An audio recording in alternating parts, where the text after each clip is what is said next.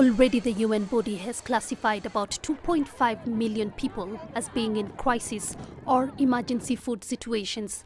That was in the first 3 months of 2016. Now double that number is set to face severe food shortage. Worse still, non-conflict affected states of northern Bahr el Ghazal and eastern Equatorial will be hardest hit. Already about 40,000 people are thought to be suffering outrightly.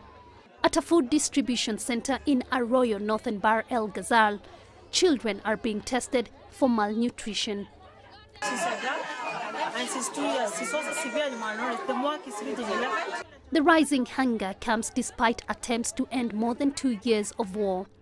Some fighting continues, but President Salva Kiir was able to name a new cabinet in late April after rebel leader Riek Machar returned to Juba and got back his old job. But with the country well on its way to stability, villagers are once again fleeing in search of food and water.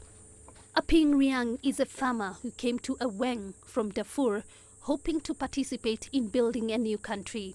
I am leaving with anger and sadness because hunger is forcing me to leave my homeland. Your homeland is your homeland. If there was something to eat, I will not even think of leaving. Another villager, Malang Gole, has not eaten in 2 days.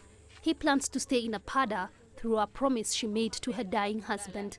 She's not seen her son since he joined the South Sudan army in 2011. My dead husband is from here. He made me promise not to take the children back to the north. WFP requires almost $230 million to provide food and nutrition assistance over the next 6 months.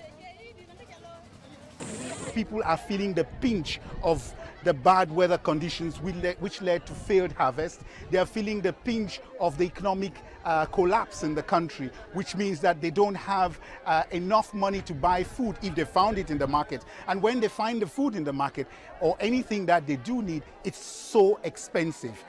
The UN humanitarian plan for South Sudan has received only 27% of the $1.29 billion needed. Jin Keo, CCTV.